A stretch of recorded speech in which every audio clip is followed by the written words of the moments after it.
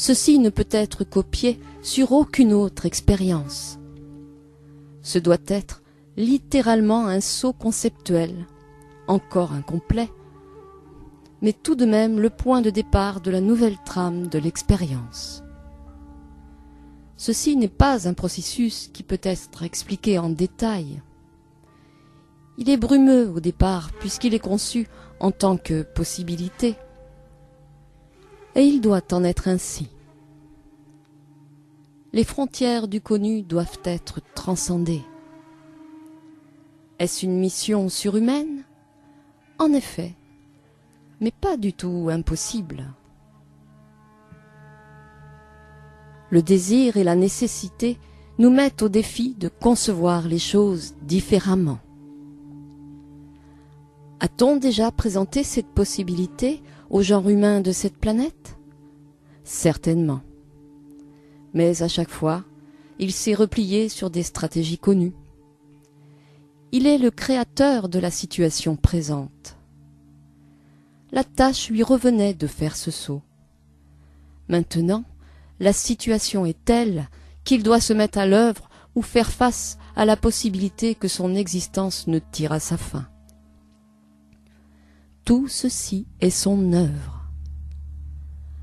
L'humanité n'a personne d'autre à blâmer. Alors, elle doit prendre une direction diamétralement opposée à son attitude passée, où elle refusait de se charger du projet en entier. Elle doit s'en charger avec détermination et dévouement. L'énergie qui maintient cette planète en orbite dans le système solaire n'a pas recours à la force pour y arriver. En fait, le procédé qu'elle utilise ne nécessite aucun effort. Le concept actuel du pouvoir repose sur l'effort en tant que force.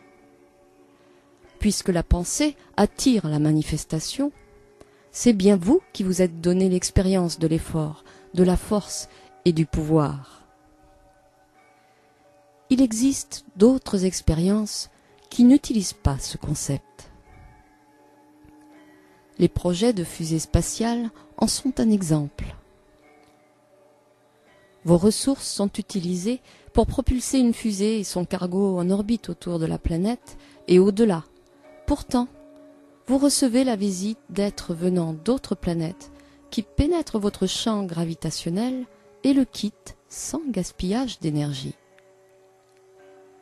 Cela ne vous prouve-t-il pas qu'il existe d'autres façons de générer le mouvement sans ces méthodes si coûteuses et dangereuses? Cette question est intrigante. Il y a beaucoup d'individus qui connaissent l'existence de ces possibilités, mais qui sont incapables de concevoir des solutions ne demandant pas un grand effort énergétique pour échapper à ce qui, d'après leurs croyances, les retient à la planète. Ce n'est pas le champ gravitationnel qui les attache ici, c'est la conscience.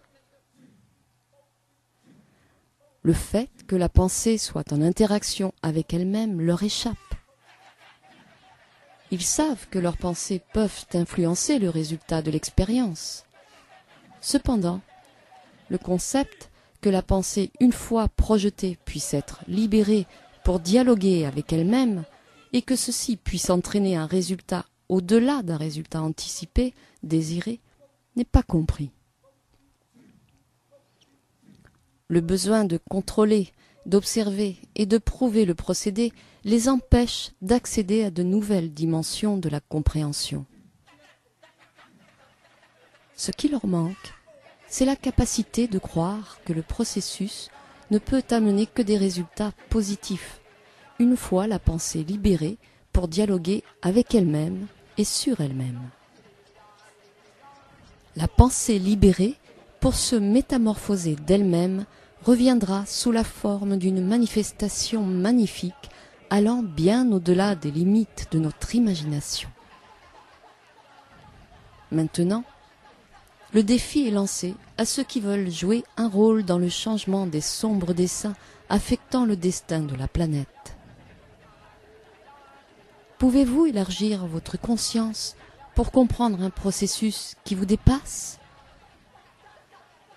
il vous faut d'abord la volonté de participer à un nouveau paradigme d'expérience. Cependant, abandonner le connu et vouloir s'aventurer dans l'inconnu demande le courage de laisser derrière ce que vous percevez comme étant l'avancement de cette civilisation depuis l'âge de pierre jusqu'à nos jours, où beaucoup d'entre vous jouissent actuellement des avantages de la technologie moderne. Savez-vous que le mot civilisation est synonyme d'esclavage? Pour permettre la réussite de l'expérience actuelle, il a fallu abandonner la liberté inhérente au choix personnel au profit de l'organisation du groupe. Au-delà de la famille, aucune organisation n'est nécessaire.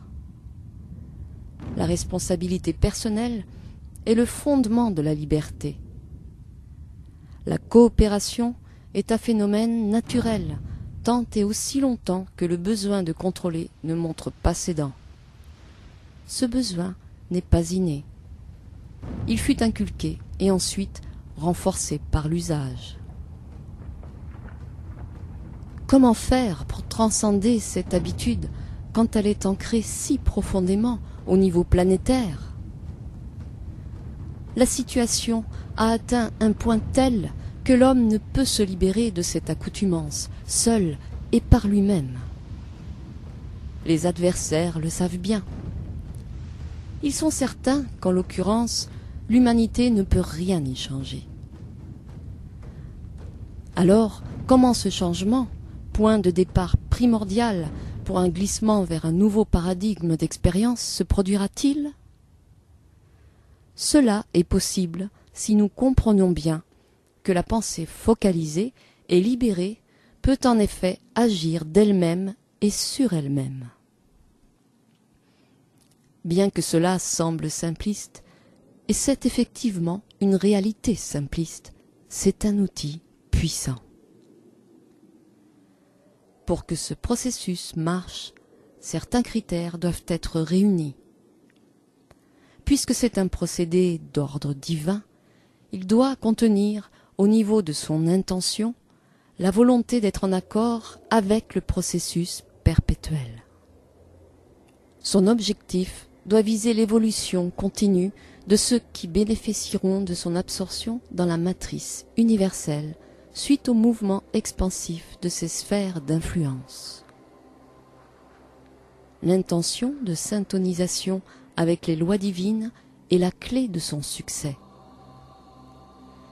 Si on réduit tout ceci à une formule mathématique, alors son inclusion doit s'insérer parfaitement dans les formules divines qui permettent l'harmonie dans le reste de la création. La pensée, pensant d'elle-même, saura décider si cela est acceptable. C'est la raison pour laquelle les forces de l'opposition ne peuvent utiliser ce procédé. Elles ne veulent pas l'harmonisation.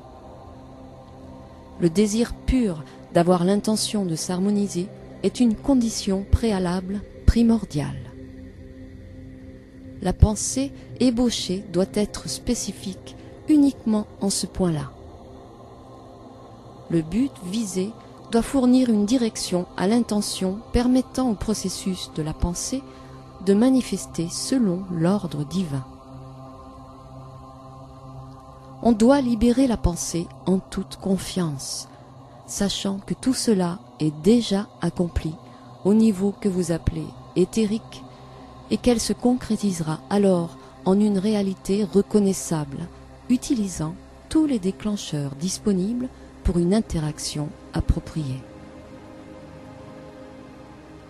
Comment pouvez-vous savoir si cela produira vraiment les résultats désirés ou si ce n'est pas encore un autre stratagème de l'opposition pour vous garder sous contrôle? En avez-vous entendu parler aux nouvelles présentées par les médias? Y a-t-il quelqu'un du monde des communications sérieuses qui vous a suggéré que c'était la chose à faire? Non, certainement pas. Vous êtes programmé à concentrer votre énergie sur la préservation de vos corps sexy et sur des pensées humanitaires pour les multitudes souffrantes, alors que vous prenez une autre bouchée de steak au restaurant ou tout du moins que vous mangez un hamburger de plus acheté sur le chemin du retour après une journée de travail improductif à votre ordinateur. Le procédé qui vous permet de recevoir cette information utilise les merveilles de votre ordinateur. C'est un exemple de la pensée en interaction avec elle-même, avec l'ajout d'un objectif. C'est en focalisant votre intention que vous initierez la démarche que vous désirez. Alors, la pensée projetée par l'intention se complétera dans sa beauté grâce à l'énergie de votre foi et de votre confiance. Le fait que vous soyez convaincu que sa forme éthérique a été complétée en moins d'un clin d'œil lui permettra de se manifester dans une réalité tridimensionnelle.